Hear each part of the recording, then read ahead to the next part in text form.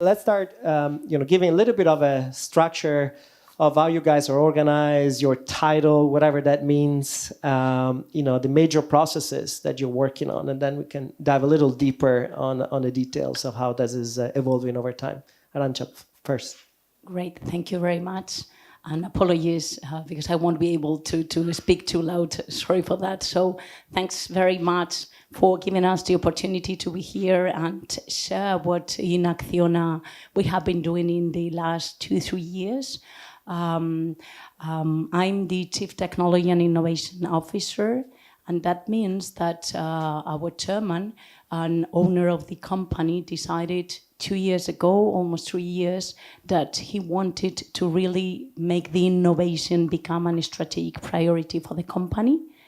Before that, the innovation was within the procurement function, which was also part of the financial department. So to give you an idea, and on the other side, technology, IT, because at that time it was more IT, to be very honest, was part of the corporate resources of the company, also at a third or fourth level of the structure. So at that time, the chairman first had a very clear vision on how innovation had to become very relevant for the company, and also at the same time how the innovation was becoming more and more technological, let's say, no? So he mixed both areas and put it to the first level. So I am in fact reporting to the chairman and CEO and owner of the company and member of the executive committee. He wanted to send a message to the organization that it was a top priority for the company. Since then, we've been working in reorganizing and defining a new model within the innovation. I have to say that innovation, and that is very true, no, has been part of the DNA of the company since its origin, and that was very clear. The current chairman is the third generation of the company, but since the origin, the focus of the company has been innovation. But the thing is that the innovation at that time was very much looking inside the company, no? So we had very good R&D centers, very much focused on our own businesses. Let's say, we have a construction R&D center, which is very well known for its knowledge and capabilities in terms of materials, construction processes, and so on. Same for water businesses, same for energy businesses. But the thing is that we obviously realize, and not very different as many other corporations are doing, that many things were happening outside the company, and it was very difficult to compete with that. And also because there is a lot of know-how knowledge outside, but also there is the agility that you need to really boost the innovation and become it part of the organization and make the impact it needs to make within the company. No, so we've been working very hard in defining an open innovation model and putting it into effect, and that's where we are at the moment. We're going to talk about the details of the structure, in particular the complex relationship between R&D and innovation per se. But maybe just to give some numbers, how large or small is the group of innovation? How many people report to you, just to get a sense of the size? Yes, on the innovation side is 170 people, approximately. So pretty sizable. All right. Fabio, how about NL? NL has an interesting model that has become... You want my... Oh, it's okay. It's okay. That's okay. We're all sick anyway, so it doesn't really change much. I did a few shots, so it should be fine, hopefully. It's part of the job title that you have. It's part of the job title, exactly. So NL has actually a very interesting model that has been seen around the world as a trailblazer to some extent. And you are the CEO of the structure, so give us a little bit more of a input of how that evolved over time and what is the current structure of NL. Yeah, thanks, Marco. Innovation side. Yeah, thanks everybody. Like it's really amazing, and I'm sorry for I have to represent Ernesto, which is usually a little bit more present and strong in the messages, but I will try to do my best in order to deliver the same messages. We have a very similar story to what happened also to Acciona. About 5 years ago, our new CEO came into the group, found innovation that was in the regulatory department, and there was a period that was in the marketing department. So, like marketing, meaning communication, and communicate how innovative you are, and regulatory being like institutions are telling us that we are doing some big things, and so we need to be innovative for the communities, and all of that. It was just not working properly. So the CEO takes innovation, hires Ernesto as the Chief Innovation Officer of the group, reporting directly to the CEO of the group. As a total outsider, we want to talk about this as well, because sometimes you need somebody from the outside to play this role that is by nature new. So maybe we can talk about how Axiom has done that. But yeah. I thought it was interesting to have somebody that is a total outsider to be in a very strategic position. Absolutely, absolutely. It brings new ways of doing things, especially in a big group and in a big corporation like Enel. And so from there, we started with the CIO reporting directly to the CEO of the group. The CIO is managing all of the instruments to do innovation, like the culture of the company, the innovation hubs that I manage myself, that we have all around the world, and then all of the other instruments that we use to look for opportunities within and outside of the company. And then we have in each business line an innovation manager who reports directly to the CEO of the business line, and at the same time also to the CIO of the group. This is for us very important, because innovation is not done just in a team there somewhere under innovation, but it's done directly in the business line, in the place where maybe sometimes it's hard at the beginning to find, to start innovative projects, because there's a lot of people that might still think in the old way of thinking. But then once you convince them that the opportunity is particularly interesting, it's much faster to move to the second phase, which is the implementation of the solution, the technology, the innovation in the business line directly. So we can talk about then some of the implementation, how you measure that. But first off, I want to focus on really the complex relationship between strategic R&D and innovation, how to define that. In particular, with the medium-sized companies, innovation and R&D is actually the same thing. So one of the things we try to address is how the metrics, the KPIs of these two different entities should be different, and the timeline as well should be different. So maybe you should explain a little bit more. Both of your companies, actually, the core R&D is important, because it's different from innovation. So there is a significant need of the strategic R&D. So maybe why don't you explain a little bit more of the structure, how the two different areas are measured differently as KPIs, and how do they interact with each other? Shall I start? Yeah. So actually, in our R&D and our innovation are collaborating together very closely. The majority of times R&D is directly reporting to the innovation manager, which is an important, like for example, especially in our technologies for the network, we have a head of technology and innovation, so it's doing both R&D and innovation together. And the next step that we are working on, we've been working on in the last year, and we will work on even more in the future years, is we have been opening up our laboratories, the places where we've always done R&D ourselves, to collaboration with startups.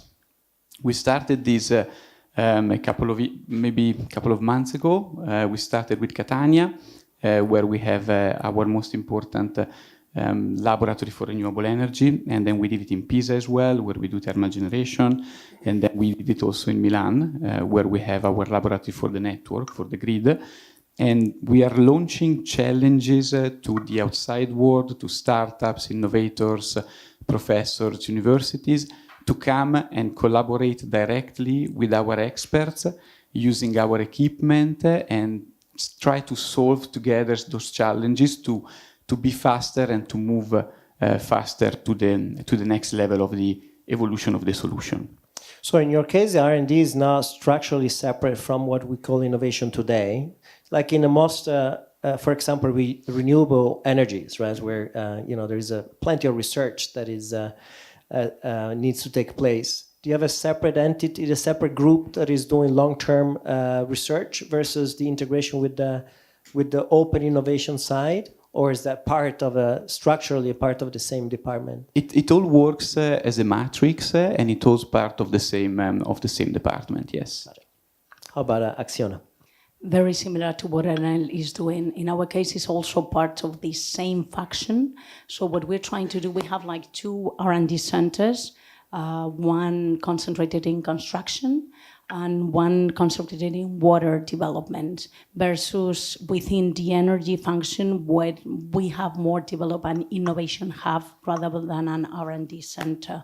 So in those cases in which we have R&D centers, what we're doing is refocusing the function of the R&D centers so that besides doing, and those, by the way, are integrated within the business units, but reporting to the innovation head. So it's reporting very, very similar to what you're saying to the CEO of the business unit itself, but at the same time to the CIO of the company at group level, so that we make sure that, because I totally agree what you were saying, innovation has to be done very close to the business.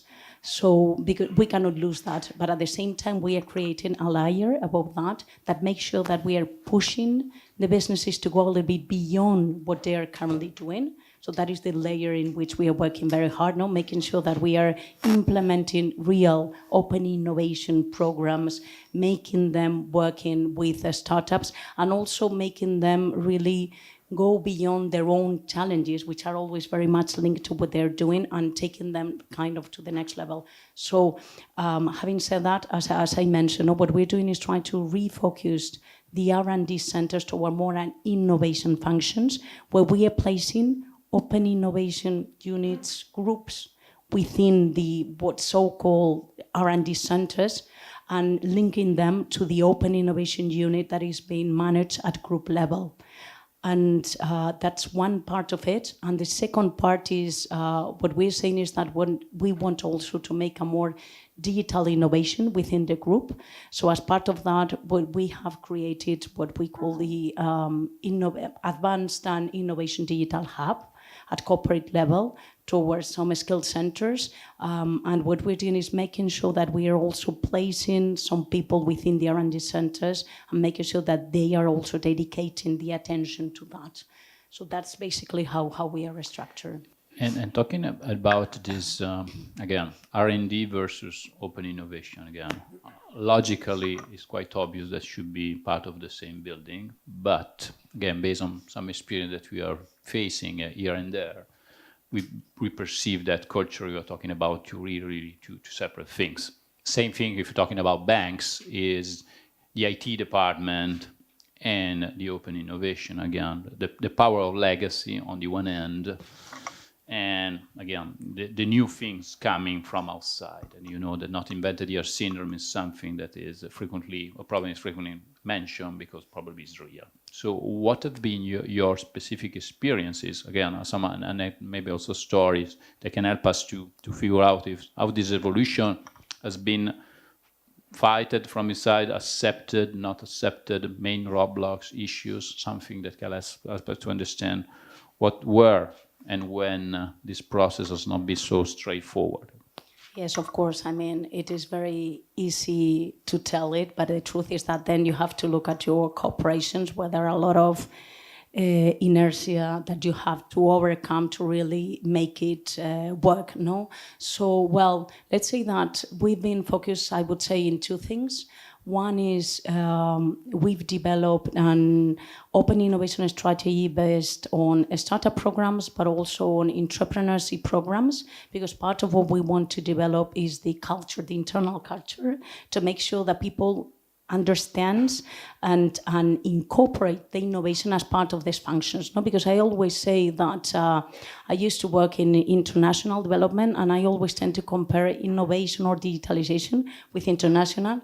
And I always said within the company, I would realize that we are on this success path when the internalization function disappears and it becomes part of their own function, of each of the function. No? And I tend to say the same for innovation or digitalization. I think that has to become part of the function, but it's true that at the beginning you have to push it to make sure that it happens.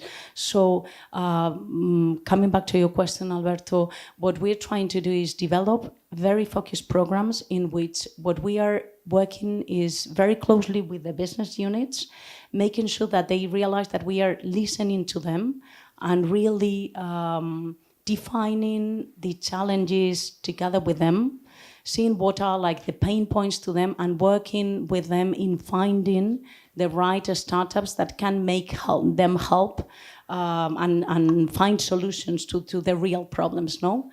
And this is part of the path, no? We, at the very beginning, because I always thought that we need to gain somehow the credibility, the internal credibility, to be ready to take it to the next step, no? So on one side, we're giving a lot of visibility to anything we do and making sure that the chairman is coming to each event that we organize in terms of, well, our demo days, on our on our open innovation program, or within the Intrapreneur program as well, making sure the CIOs of each of the business are coming also to any event that we do, to make sure that people also realize how relevant this is for the top management. And also at the same time, we're working very much with the businesses, and as I said, in defining what are the pain points, in finding the solution, but involving them in each project that we developed, and making sure we always say that unless we have the business together with us running the whole process, we won't push anything, no? And it is true, and we are conscious that sometimes it would make that at the very beginning, maybe the challenges that we are facing is not the most strategic ones, but at the same time we're gaining the credibility in finding solutions to real problems for them so that we can take them to the next level. So this is how we're working, and in some cases, of course, we've been facing more difficulties, and in some others, because that very much depends on some people, no? And you always have more open-minded people, and that very much also depends on the kind of businesses. Well, energy is, let's say, I always tend to say that it's a more mature business from the perspective of the technology versus construction, which is catching up quite fast, but it's been it was on a more delay position, let's say, no? So basically that's what we're doing. Fabio? Yeah, I mean, completely agree with every single thing that you said. Exactly the same things for us as well. A lot of difficulties, especially at the beginning. Only things that I might add is top management involvement. As you were saying, the CIO, CDO, CEO of the business lines and all of that is extremely important. And also the culture coming from bottom up. So try to, let's say, create stories of success with something that starts there is a challenge, you find a startup, you find the collaboration, you focus on that, you deliver that collaboration, and then 1 becomes 2, becomes 3, becomes 100, and then once it's 100, nowadays we have all of our business line that before trying to find the solution themselves, the first thing that they do, they call us and say, can we actually come to the hub? Can we actually open a challenge, an open knowability to see if there is somebody that can actually help us solving that problem? This is what maybe I can add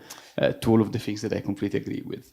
And Fabio, in the meantime, Alberto, if we can go through the slide before, so that I want to go about talking about deliverables, the one also before this one. Not this one here. Maybe a couple of words, Fabio, about your structure of your innovation outpost around the world, which we think is a very interesting proposition. Maybe a little bit of history of that. You know, in the last couple of years, you guys opened a gazillion of those. One is actually also in San Francisco, Israel. So maybe a couple of words about what the importance of being with your direct presence in different geographies where you can actually scout local solutions. Yeah, for us, I mean, we started this journey and opening the hubs. It was about 2.5 years ago.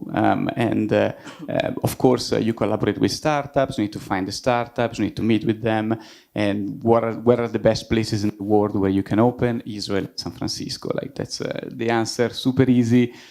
Started by opening in Israel, where we already had a lot of collaborations with startups, and we just it was just a way to make sure that we would be more inside the ecosystem in order to do what we call active scouting. So we come here with our challenges, we need this solution, we are looking to this problem. And at the same time, in the last few years, we were able to build such a network that now we also accept other people saying, look, I believe you might have this problem and I might have found the solution for yourself.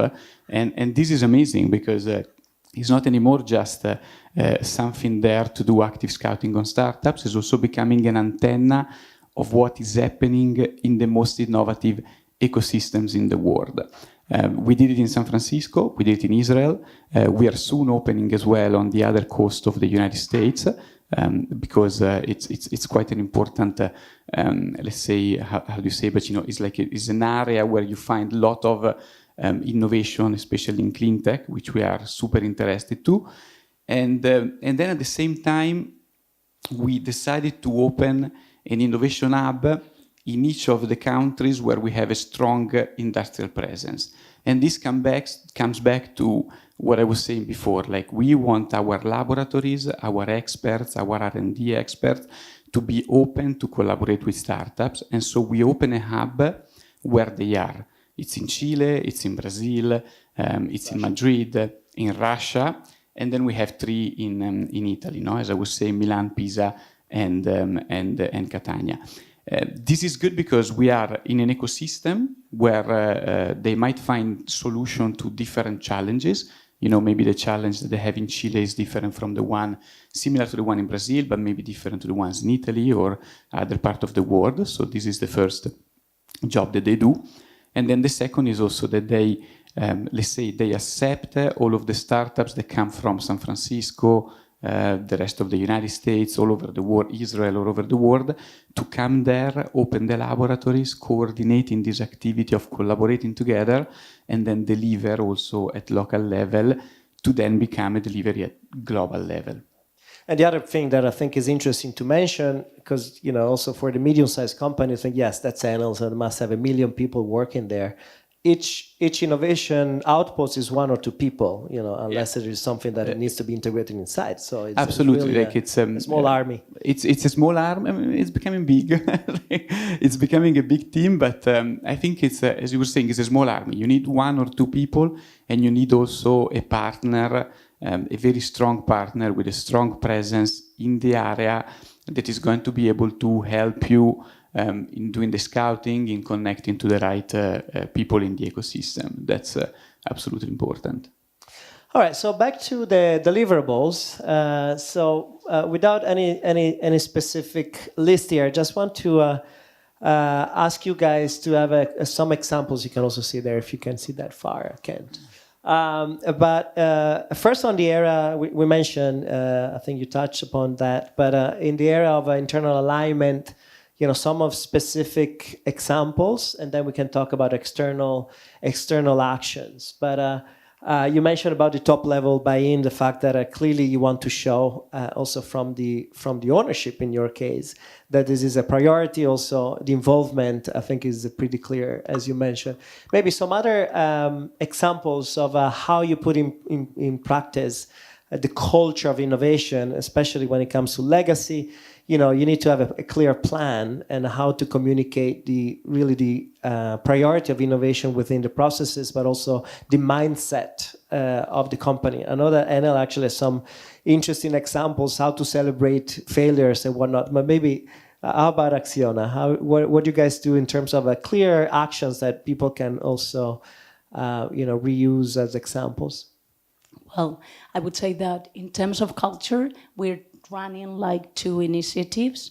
One is linked to our open innovation programs, let's say, where we have developed our first Intrapreneurship program, where I always say, one of the main targets is, besides doing and being able to develop with internal ideas, new business models, part and a very key objective is to really spread the innovation culture within the company. So we are running 2 initiatives in parallel within the Intrapreneurship program. On one side, we have selected 25 people within the company coming from different functions, areas, and businesses. And we have nominated a decision committee where there are represented the chief financial officer of the company, the chief legal officer of the company, the CEO of each of the business units of the company. And we've made these 25 people worked in 5 teams. The decision committee have launched them 5 strategic challenges, and for them to find solutions for those. So on the first month, they have to look for solutions and they had to find 5 solutions for each strategic challenge that was proposed to them by the very top management level of the company. After that month, they presented to the decision committee where were the solutions that we consider more appropriate to tackle that challenge. The decision committee at that time chose a solution in which to work. And since then, they've been working for 5 months in teams made of 5 people each, and to really develop and deploy either a product solution or most of them is more focused on developing new business models development that are presented to the decision committee at the end of the 5 months, and to really for the company to take a decision on whether they want to implement that and give the resources internally for that or just leave it or whatever. No, but they are committed to take a decision and give them the feedback on what to do on that. No? And during the 5 months, we've been working with all these people to really teach them how to work on a more agile way, really making sure, teaching them on the most innovative ways to work around a problem, finding solutions, being able to, when there is an obstacle, how to find a solution. And in some cases, they had to really change their minds and really change a little bit the solution in which they had started initially towards a more appropriate solution, really test it, prove it, sometimes go to the market and see and analyze what would be the outcome of that, whether it will be successful or not. And so that is one idea. And in parallel to that, we've been launching a digital platform inside the company because we wanted at the same time to be able to reach more people within the company. No? So we launched a digital platform and we invite everyone to join the digital platform where we put the challenges that the decision committee decided that were strategic, but as we had to choose just 5 of them, the ones that were left were included in this platform, and we invited everyone within the company to give ideas to the platform. We gave them virtual money to invest them in those ideas, and at the same time as the Intrapreneurship program was taking place, this platform was open and people were voting and investing their own virtual money in which idea they think, and by the way, they could invest money or time. For example, one lawyer could decide, I won't invest money, but I want invest 2 hours of my time to help you develop this idea, for example. No? And this has proven to be quite successful so far. We've done it, this is the first edition, but it's been quite successful so far. And we are celebrating our demo day this week of the Intrapreneurship program, where the teams will be presenting the results, the business models in which they've been working. Very interesting ideas, by the way. I was very surprised to see them when I've been following what they've been doing. And it's amazing when you give the people the right tools, what they're able to do. And at the same time, the ideas that has been voted the more and will also be presented, that they will have also the opportunity to have this visibility that we were explaining before, no? Just presented to the very top management of the company, their ideas that have been getting the votes within that. And we're also doing a lot of things besides that and outside the Intrapreneur program in terms of especially digital culture, what it involves. So we have a problem which we have digital culture, which we are working very much on. Especially we have started in one business and our plan is to expand it to other businesses. So just on this specific topic about the, again, promoting entrepreneurial culture inside a company, this what is called intrapreneurship, trying to, again, this is a super interesting example. There's another company in the room that is Enegas Emprende. I don't know if Estela just arrived or is about to arrive.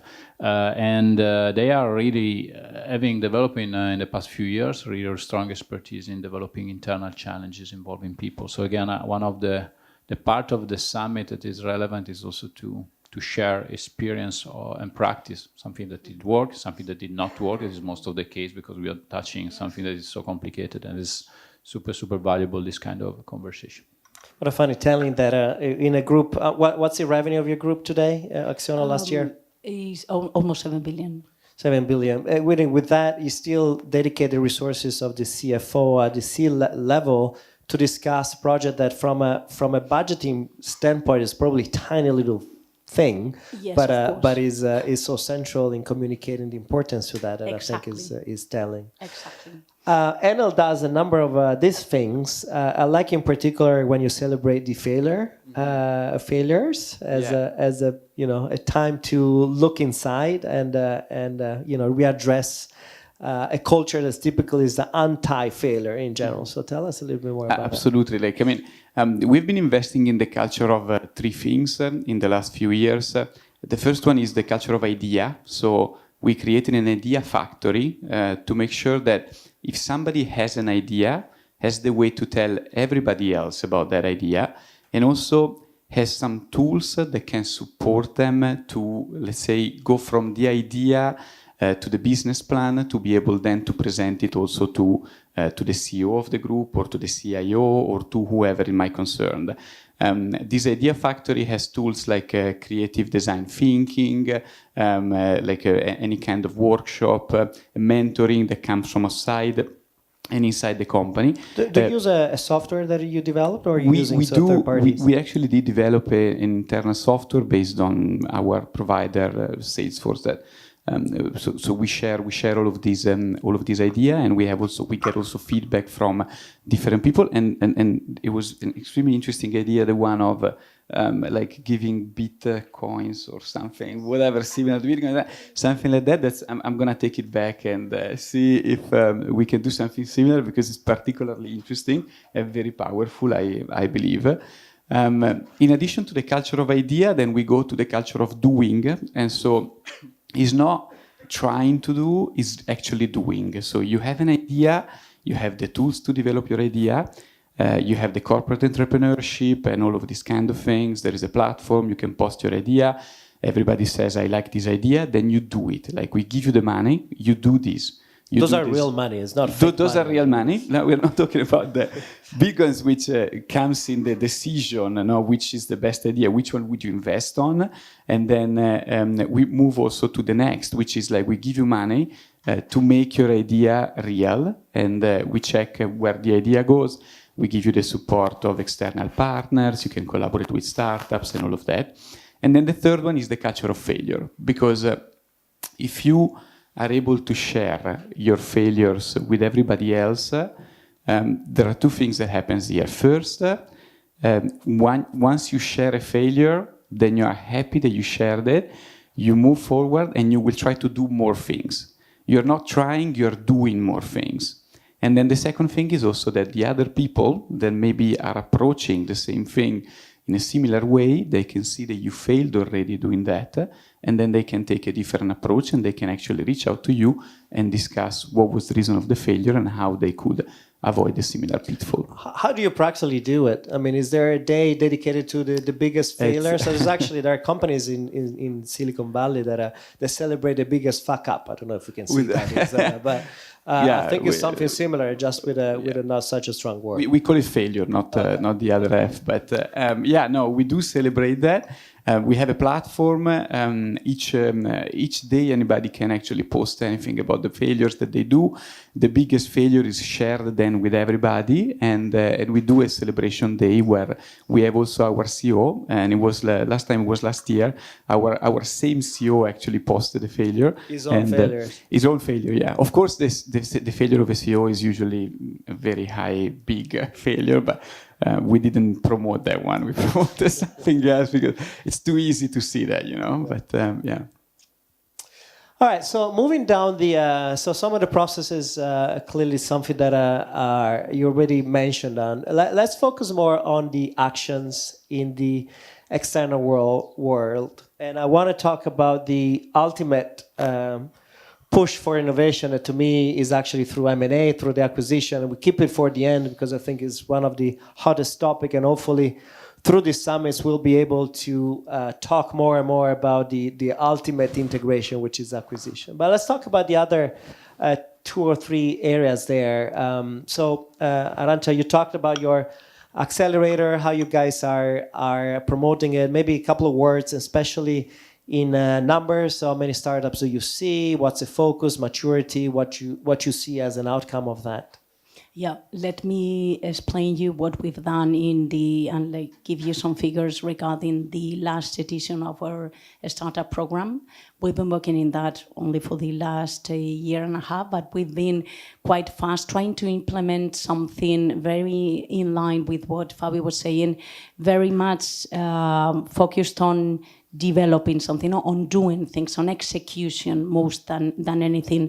So what we do is we've developed and defined a process in which the business is jointly with us defining and working in each phase of the project since the very beginning and towards the end.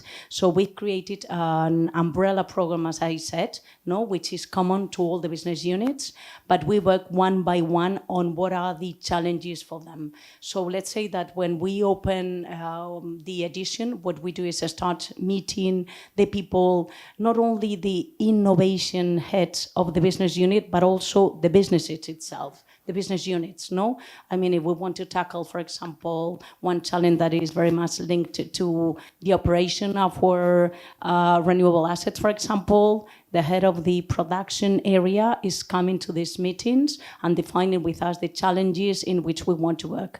So this is the first phase. Then, we've developed a platform very likely to what other than saying, in which we are publishing our challenges coming from the different business units, and we are just launching an international call where we just welcome and ask startups to come and really explain us how they can help us solving that specific challenge. So there we open a pre-selection phase, let's say, where we have defined some KPIs and criteria in which we make sure that the businesses are just giving the punctuation to each of the startups that have to make sure that we are answering to each of the startups, but at the same time to make sure that we are really tackling the real problem that we have. So that's like a pre-selection phase.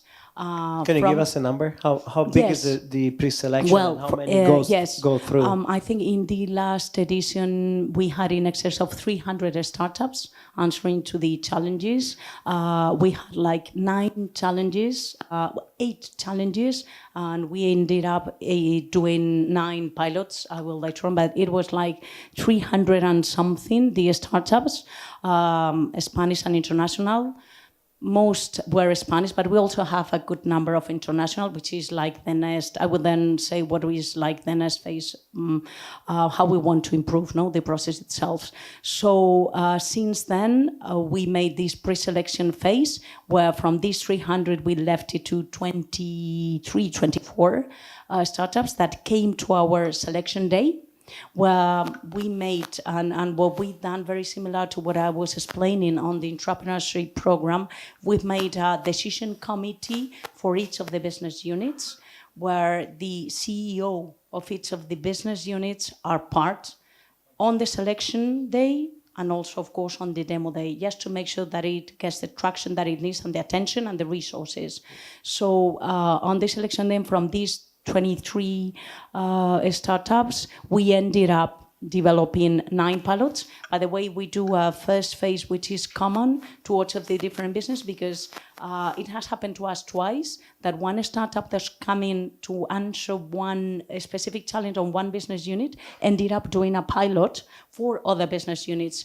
So we think that is very relevant that they also share. It's like we make like very short pitches in which all the business units are present, and then we do like the specific session, which is selection committee of each business unit and the startup, when they enter into more details on how they think they can help this business unit to solve the problems they have and an answer to the specific challenge. No, so from there we selected 8 startups working in 9 pilot projects. As I said, one startup was shared and doing 2 different pilots for 2 different business units, and there we ran a 4-month program in which we really create teams, group teams, where there is always, of course, the startup people, but there is also innovation people and also business people as part of the team that is working in this solution to that. So we are providing, of course, the co-working space.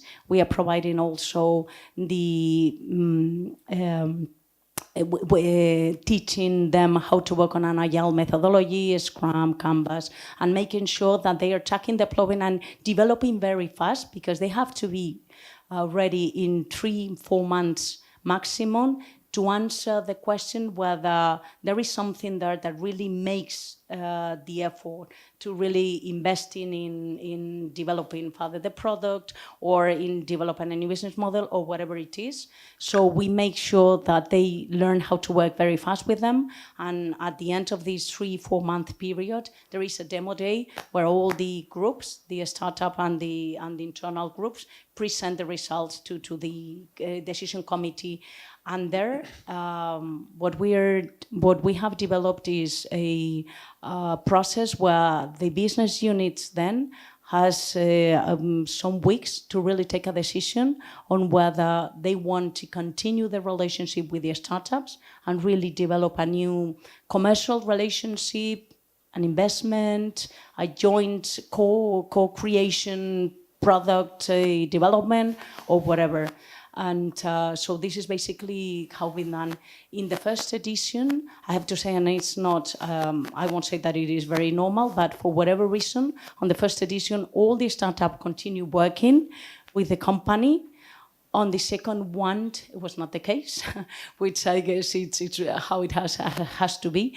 And but of 9, I think 6 of them continue working with the company. And if you ask us on what I think should be like the next steps, I think we need to, well, one of the focus that we're working on is working a little bit more on the definition of challenges, because to me that is really the key. And as I said, no, we have sacrificed a little bit at the beginning on not being so strategic or so disruptive, because we wanted to gain the credibility on the businesses, which is sometimes giving them what they need and solving like very, very landed problems that they have. And now we are working them in trying to at least dedicate X%, 20% of the challenges that we're developing to be a little bit more disrupted or looking towards more the medium term. And the second thing that we want to work is open it more internationally, you know, similar to what Fabio was working. To me, main of our business is now happening outside of Spain. Mm-hmm. And although we are attracting, and that is part of what we're trying to develop now, have a good scouting phase, well, working with you guys, for example, and our antennas. We also want to implement the innovation programs within our more strategic countries as part of bringing also the innovation culture more embedded into the businesses itself.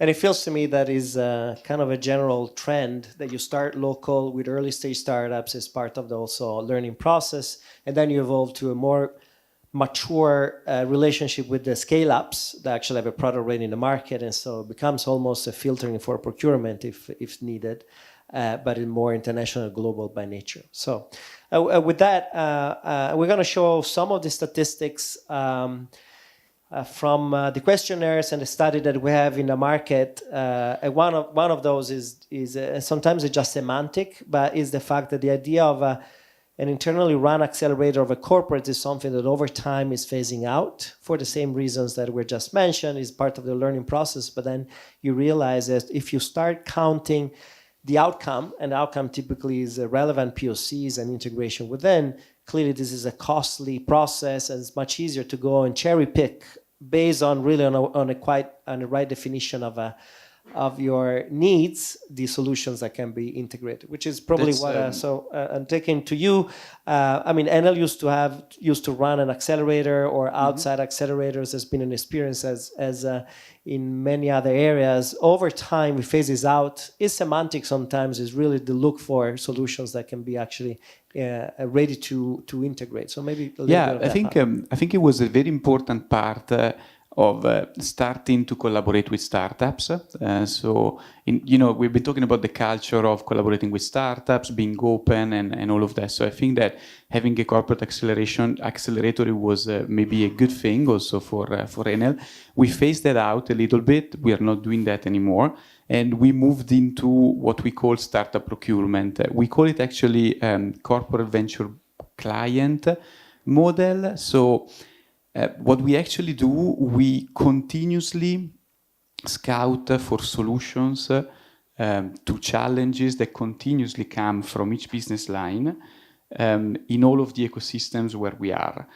We get about, what was last time, maybe 12 or 13, we call bootcamp in San Francisco. So we took all of our innovation managers and also each of the business line together with the people of the business line, together with all the innovation committee, which sometimes has also the CEO in it, and we take them to, we ask them for a challenge. We look for startups in the ecosystem. We bring them there to meet with the startups. It's not going to be like a demo day or a pitch day. It's more like a pre-selected group of startups. We usually have like a list of 100. We bring them down to 20. We call all of them. We bring them down to 5 or 6. And then once we take our management to San Francisco, to Israel, or to all of these other places, we come out with at least 1 or 2 projects that we do with startups. It's a very structured way of dealing. Sometimes it's also, let's say, complicated. As I was saying before, involving the business line from the beginning means that you are much slower at the first phase, not the selection phase, because you have to make everybody agree about what you are selecting, the kind of scouting that you're doing. But then it moves faster in the second phase. Like with this approach, we moved from seeing 100, 200, 300 startups per year to seeing like 1,500 per year. Like in the last 3 years, we saw 5,000 startups. We have been like really deep diving, analyzing the solution of about 750 of them, activated 180 collaborations, and then out of the 180, about 23%, like we're talking about 45 solutions, have been scaled up on our group at global level. So now they are our contract, like these startups are our suppliers of the particular solution. All right, I just realized actually it's 11:15, so we're out of time. I just want to keep 2 minutes for the very last questions, that is the future, right? So we as Mind the Bridge, we have been tracking data for quite some time, a number of reports. The major ones in terms of based on pure financial data is really what we've been pounding for quite some time, and that is showing the how the startup economy, innovation economy in US is accelerated through M&A.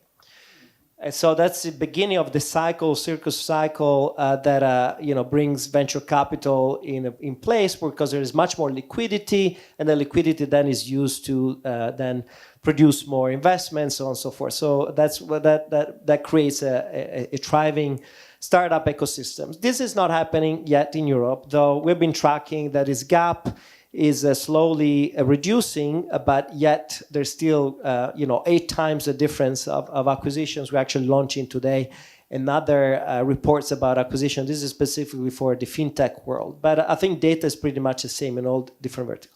The question for you is, why do you think there is not enough appetite in your relative corporates for consecutive M&As of little acquisitions? I give you data. I mean, last year that I spent at Google had purchased, that was 2012, 105 companies. Most of them are 5-10 people. So small companies at the size that are probably of the startups you talk to. Why is that not the case in your case today in Europe? What do you think is today, restricting that a very proactive acquisition cycle? It's a very tricky question, so how to answer to this? Like, I think, so we did some M&A in the last couple of years. We usually focus, as I was saying, on collaborations, because we are, let's say, we do innovation in all the group, and then we come out also with solutions that could be, for example, extremely useful on cybersecurity, on drones, robotics, and all of that. There's no reason for a group like us to buy startups in robotics or a startup in cybersecurity. Like, we are not making an investment. We don't care about having the financial return of that. We care about the industrial return. And based on the industrial return, sometimes we see that the startup that we are collaborating with is, let's say, creating something, a solution that can cover some of the technological gaps of the group. In that particular case, then we evaluate the potential for an acquisition. We did it, for example, with the Motorworks. We have been collaborating with them. In the Bay Area? In the Bay Area, exactly, in Silicon Valley. They've been developing with us and for us like a platform for the charging of electric vehicles with other several features that they were able to put in. At a certain point, we believe that having that technology ourselves would have been better for scaling it up in a faster way. It was actually covering a technological gap of one of our strategic pillars, which is the investment in the creating the charging infrastructure for electric vehicles. So we provided the M&A to the group. Well, we still keep it to just the things that are very selected and very interesting for us to create a business on it. Right. Arancia, do you think that one of the reasons why the level of M&A corporate startups is much smaller, in particular in Europe, is because of the lack of flexibility in the labor market?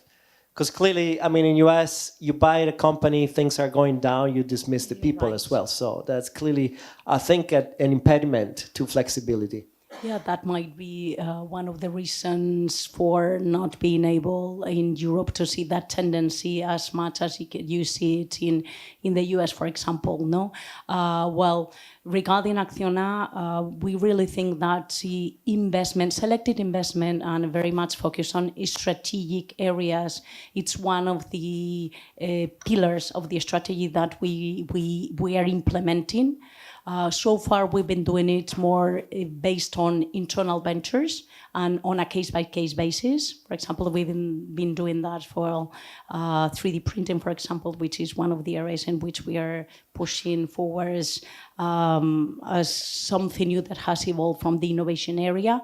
Or, for example, so far we've done that in terms of mobility, where we have done an acquisition regarding more very small technological startup, but that has helped us acquire the technological capabilities that we need to develop platforms that was necessary to implement a new business line that we were pushing. But what we are realizing now is that we probably need to do a more systematic approach to that. And that is one of the things that we are considering for the next, and it's one of the targets of this year. So so far it's been okay, but we think we need to take it to the next level. And again, very similar to what Fabio is saying, it is true that we need to be very selective because we are not a technological company or a product company, but as more and more there are new businesses emerging, more B2C businesses in our cases, which we've been more focused on B2B, we also recognize that we need to introduce and include within the company capabilities that had not been developed so far. And the only way to do that and to do it fast is acquire them. Yes. And we do bet on M&A market. It will be much more aggressive in the next few years. I think we're out of time, so do you want to close it? And yes, I think having this kind of conversation is relevant from our perspective for two reasons. Number one, from the scale-ups that are in the room to understand your potential partner and the issues that are struggling every day to bring you on board. Because again, sometimes you have your internal champions, but the organization is not always like this, not like the opponents. So there are some struggle and roadblocks they need to navigate through.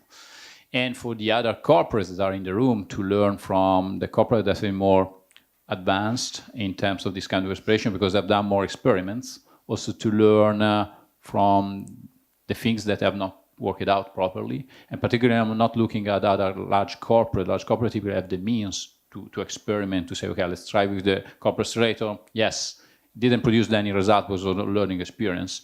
Mid-sized corporate, this is the new front that we are trying to involve into the open innovation game, definitely don't have the means and the time to do this kind of experimentation. And so learning and dealing with large corporate might be definitely a sort of a fast track to understand what works and what it doesn't and implement fast. Because the one thing we are totally sure that the open innovation game is not a nice to have, it's a must have for everybody, and depending what is your size, it does exonerate you to deal with that. Thank you. all right, thank you, our friends.